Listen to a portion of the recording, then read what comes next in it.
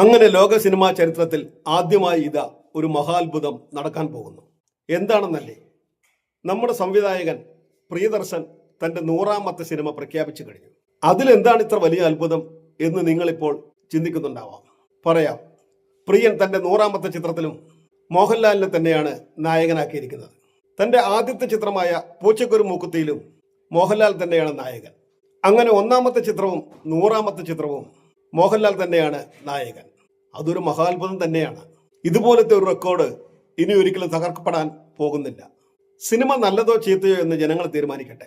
Cinema എന്താണെന്ന് അറിയാൻ താല്പര്യമുള്ളവർക്ക് വേണ്ടി പ്രിയൻ 2 വാക്ക് പറഞ്ഞു. ഇതൊരു ഫീൽ ഗുഡ് മ്യൂസിക് ആൻഡ് ഡ്രാമയായിരിക്കും. ഉടൻ തന്നെ മോഹൻലാൽ ചോദിച്ചു, ആക്ഷൻ ഇല്ലേ എന്ന്. ആക്ഷൻ ഇല്ലാതിരിക്കാൻ പറ്റില്ലല്ലോ എന്ന് പ്രിയൻ. കുടുംബങ്ങൾക്കും കുട്ടികൾക്കും മോഹൻലാലിന്റെ ഫാൻസുകാർക്കും ദഹിക്കുന്ന ഒരു സിനിമ ചെയ്യണമെന്നാണ് എൻ്റെ മനസ്സിലുള്ള ആഗ്രഹം, പ്രിയൻ പറഞ്ഞു. ഒരു സുഹൃത്തെന്ന നിലയിലും നടനെന്ന നിലയിലും വലിയൊരു അനുഗ്രഹമാണ്. ഒരു വ്യാഴവട്ടക്കാലത്തിൽ ഒരിക്കൽ പോലും സംഭവിക്കാനില്ലാത്ത ഒരു കാര്യമാണിത്, മോഹൻലാൽ പറഞ്ഞു. 2026 തന്നെ ചിത്രത്തിന്റെ ഷൂട്ടിംഗ് തുടങ്ങുമെന്ന് ചിത്രത്തിന്റെ നിർമ്മാതാവ് ആന്റണി പെരുമ്പാവൂർ പറയുകയുണ്ടായി.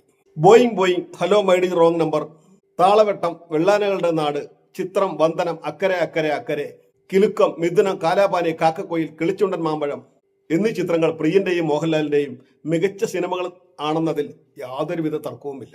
പക്ഷെ വേറൊരു അപവാദം സിനിമയിൽ പ്രിയനെ കുറിച്ചുണ്ട്. പ്രിയന്റെ മിക്ക സിനിമകളും മറ്റു സിനിമകളുടെ കോപ്പിയാണെന്നതാണ് പരക്കെയുള്ള ഒരഭിപ്രായം. എന്തായാലും സംഭവിക്കാനുള്ളതെല്ലാം സംഭവിച്ചു കഴിഞ്ഞു. മോഹൻലാൽ എന്ന അത്യുജ്വല നടനെ വെച്ച് ചെയ്യുന്ന ഈ 100ാമത്തെ ചിത്രമെങ്കിലും കോപ്പിയടിക്കാതെ സ്വന്തമായി എഴുതിയ ഒരു നല്ല കഥയുമായി വരണേ എന്നാണ് പ്രിയന്റെയും മോഹൻലാലിന്റെയും ആരാധകർ ഒരു സർക്കാസം പോലെ ഇപ്പോൾ ഏറ്റുപറയുന്നത്. പ്രിയദർശന്റെ ഉജ്ജ്വലമായ ക്രാഫ്റ്റും മോഹൻലാലിന്റെ അത്യുജ്വലമായ അഭിനയവും ഒത്തുചേരുന്ന ഒരു ഉത്തമ സിനിമ പിറക്കട്ടെ എന്ന് GPS മീഡിയ ഈ വേളയിൽ ആശംസിക്കുകയാണ്.